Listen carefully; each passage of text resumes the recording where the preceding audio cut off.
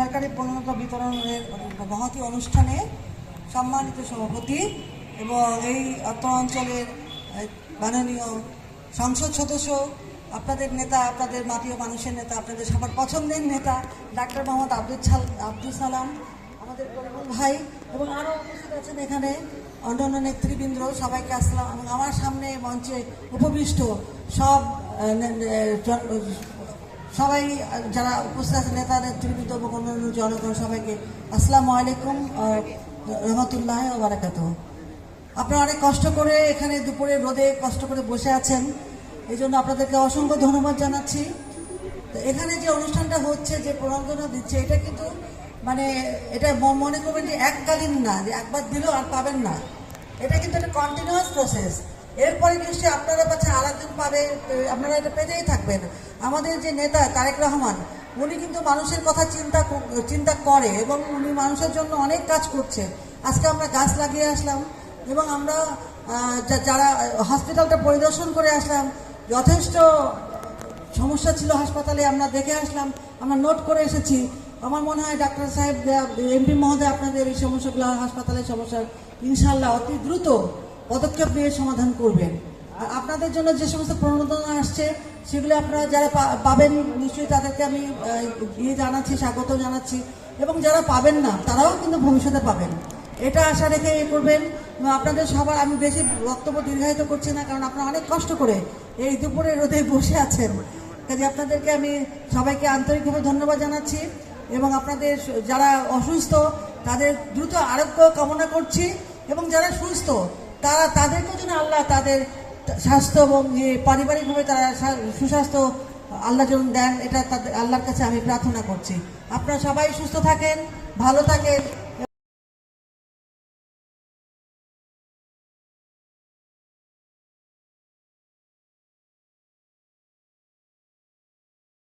উপস্থিত ঠাকুরগাঁও ২ আসনের সম্মানিত সংসদ সদস্য, আরও উপস্থিত আছেন আমার সহধর্মিণী সহ অত্র উপজেলার বিভিন্ন স্তরের নেতাকর্মীগণ, আমাদের সরকারি দপ্তরের কর্মকর্তা কর্মচারীগণ, আমার সামনে উপস্থিত বিভিন্ন উপকারভোগীগণ, সকলকে জানাই সালাম, আসসালামু আলাইকুম।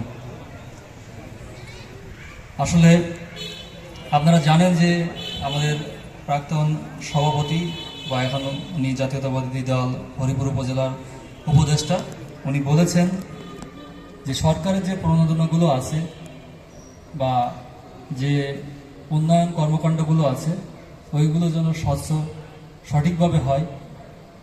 এই কারণেই আমাদের মাননীয় সংসদ সদস্য উনি বারবার এখানে পরিদর্শন করেন এবং উনি এটাইও বলেছেন যে সরকারের বয়সকাল খুবই কম, অল্প কয়েক মাস, এর মধ্যে এখানে দৃশ্যমান পরিবর্তন হতে শুরু করেছে। এই পরিবর্তনের অংশীদার আসলে আমরা সবাই, যারা আমরা এই পাশে আছি, আপনারা ওই পাশে আছেন। আমি আসলে বক্তব্য দিব না, বক্তব্য আপনারাই, আমাদের যারা পলিটিক্যাল ব্যক্তিবর্গ আছেন, আর আমরা আসলে আজকে মাননীয় সংসদ সদস্য ওনার কথাই শুনবো। শুধু কয়েকটা তথ্য দিব যে আমরা এখানে বিতরণ করছি। আমাদের তালিকায় যা আছে, ব্যানারটা আসলে বিভিন্ন দপ্তরের হওয়াতে আমাদের ব্যানারগুলো একটু চেঞ্জ করা লাগবে, যেহেতু ওনাদের আবার ডিপার্টমেন্টাল কাজ আছে, সমাজসেবা অধিদপ্তর, প্রাথমিক শিক্ষা অধিদপ্তর, এই কারণে ডকুমেন্টেশন করে মন্ত্রণালয়ে পাঠানোর ব্যাপার আছে, এই কারণে কয়েকটা ব্যানার আমাদের করা লাগছে। পাশাপাশি আমরা এখানে আমাদের মাননীয় প্রধানমন্ত্রীর যে অঙ্গীকার আছে বৃক্ষরোপণ বা ওনার যে অগ্রাধিকার কর্মকাণ্ড, শিক্ষা প্রতিষ্ঠান এবং স্বাস্থ্য খাত, এইগুলোতে উনি যে বিশেষভাবে নজর দিয়েছেন, তারই ভিত্তি হিসেবে আমরা এখানে একটি স্কুলের আজও শিক্ষা উপকরণ বিতরণ করব। ইতিমধ্যে আমাদের স্যার হাসপাতাল থেকে দেখে এসেছেন, সেখানে একটা পরিষ্কার পরিচ্ছন্ন অভিযান করে এসেছেন এবং কিছু দিক নির্দেশনা দিয়ে এসেছেন। আশা করি আমাদের হরিপুর হাসপাতালের চিত্র পুরোপুরি চেঞ্জ হয়ে যাবে। আমরা এখানে ডক্টর পেয়েছি, বর্তমান যারা আছে তারা খুবই সেবা দিচ্ছে, ভালো, তাদের আন্তরিকতা ভালো, ব্যবহার ভালো। তো এটা আমাদের আসলে প্রচার করতে হবে। আমরা আজকে হাসপাতালে কয়েকজন রোগীর জন্য প্রায় 70টি অ্যান্টিভেনম ভ্যাকসিনের ডোজ, ওইখানে ভায়াল যেটা বলে, সেটা প্রোভাইড করেছি। যার ফলে আপনারা সাপে কাটা কোনো রোগী থাকলে তাদেরকে একটু বলবেন যে এইগুলো যেন সাথে সাথে আমরা হাসপাতালে নিয়ে আসি। আমাদের ডক্টরের সাথে আমার দীর্ঘদিন কথা হয় বিষয়টা নিয়ে, উনি কিন্তু বলেছে যে আমাদের মোটামুটি যদি টাইমলি পেশেন্টটা আসে, এটা আছে পুরোপুরি সুস্থ হওয়া সম্ভব। কিন্তু আমরা দীর্ঘক্ষণ ধরে লোকালি ওঝা বা অন্যান্য মাধ্যমে দেরি করে ফলে আমরা রুগীটা বাঁচাতে পারি না। আর অনেকে হয়তো জানে না আমাদের এখানে সাপে কামড়ের ভ্যাকসিন এখন আছে, এটা একটু প্রচার করবেন। এটার জন্য আমাদের মাননীয় সংসদ সদস্য ওনারই আসলে তত্ত্বাবধানে আমরা এই ব্যবস্থাগুলো করতে পেরেছি। পাশাপাশি আমাদের যে উন্নয়ন তহবিল থেকে আমরা এখানে কৃষকদের জন্য স্প্রে মেশিন বিতরণ করা হচ্ছে। এখানে সভা সম্মানিত সভাপতি সুযোগ্য উপজেলা নির্বাহী অফিসার মহোদয় যারা চন্দন কর, আমাদের মাঝে উপস্থিত আছেন হরিপুর বালিডাঙ্গি মানুষের মাটি ও মানুষের নেতা, আপনাদের দেওয়া প্রত্যক্ষ স্বচ্ছ ভোটে নির্বাচিত নেতা আমাদের মাননীয় এমপি মহোদয় জনাব ডাক্তার আব্দুল সালাম সাহেব। আমাদের মাঝে উপস্থিত আছেন ওনারই যোগ্যতম সহধর্মিনী জনাব অধ্যাপক ডাক্তার হাসিনা আফরোজ। আমাদের মাঝে উপস্থিত আছেন আমাদের হরিপুর বিএনপির একজন বর্ষিয়ান নেতা, আমাদের সকলের রাজনৈতিক গুরু, সাবেক সভাপতি, বর্তমান বিএনপি প্রধান উপদেষ্টা জনাব অধ্যাপক করিমুল হক মঞ্জু সাহেব। আমাদের মাঝে উপস্থিত আছেন আমাদের আরেকজন বর্ষিয়ান নেতা, আমাদের হরিপুর উপজেলা বিএনপি সংগ্রামী সিনিয়র সহসভাপতি জনাব আলহাজ ইসমাইল হোসেন। উপস্থিত আছেন অফিসার ইনচার্জ সহ আমাদের দুই চেয়ারম্যান এবং আমার বিএনপির সকল স্তরের সকল অঙ্গ সংগঠনের সকল স্তরের নেতৃবৃন্দ, কর্মীবৃন্দ, উপস্থিত বিভিন্ন দপ্তরের অফিসারবৃন্দ এবং হরিপুর উপজেলার বিভিন্ন প্রান্ত থেকে সুধীবৃন্দ, প্রিয় হরিপুর উপজেলাবাসী সকলের প্রতি আমার সালাম, আসসালামু আলাইকুম। আপনারা জানেন হরিপুর উপজেলা একটি প্রত্যন্ত অঞ্চল, পিছিয়ে পড়া একটি জনগোষ্ঠী, আমরা এখানে বসবাস করি। আমরা একমাত্র কৃষিতেই সবচেয়ে বেশি নির্ভরশীল এবং কৃষি আবাদ সর্বোচ্চ হয় এখানে, এবং আমরা মাটির সাথে যুদ্ধ করে ভালো ফসল ভালো সব কিছু ফলাই। কিন্তু আমাদের এখানে যন্ত্রপাতি কঠিন অভাব। আমাদের উন্নত কৃষি যে আবাদ করবো আমরা, সেই আমাদের যে কৃষি এর মাঝে যে কিছু জ্ঞান ভাণ্ডার বিতরণ করা, সেগুলো আমাদের ট্রেনিংয়ের ব্যবস্থা আমাদের খুব কম। উন্নত জাতের ফসল কীভাবে ফলানো হয় সেগুলো আমাদের কম। যাই হোক, আমাদের এই যে সরকার জনাব তারেক রহমান সরকার, উনি কৃষিতে বিপ্লব ঘটাতে চান।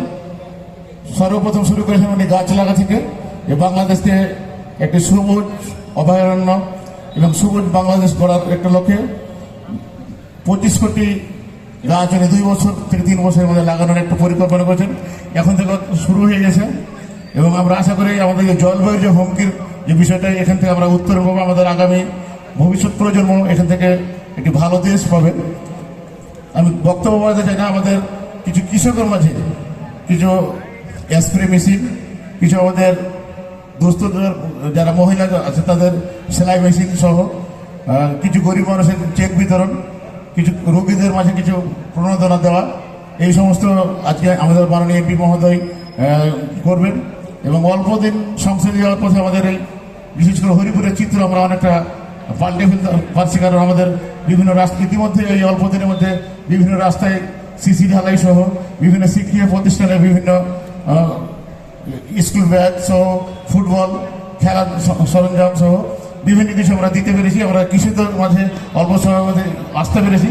আজকে আমরা বিশাল একটি কাজ, যেটা হরিপুর 17 বছরে যে হসপিটালটি জরাজীর্ণ ছিল, আজকে সেই 17 বছর পরে এই হসপিটালে পরিষ্কার পরিচ্ছন্ন করেছে আমাদের এমপি মহোদয়ের উদ্যোগে, এবং আমরা সবাই মিলে যেটা উদ্বোধন করে আসলে আমাদের মাননীয় এমপি মহোদয়।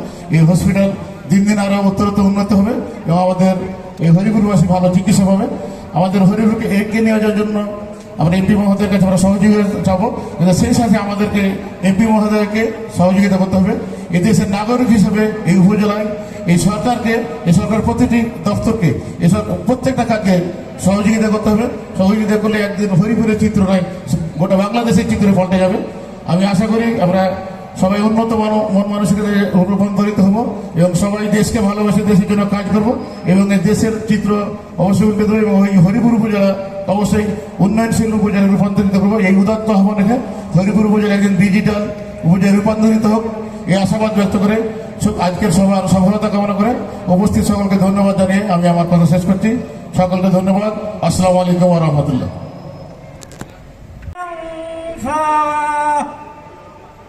ووجدك ضالا فهدى ووجدك عائلا فأغناه فأما اليتيم فلا تقهر وأما السائل فلا تنهر وأما بنعمة ربك فحدث صدق الله العظيم السلام عليكم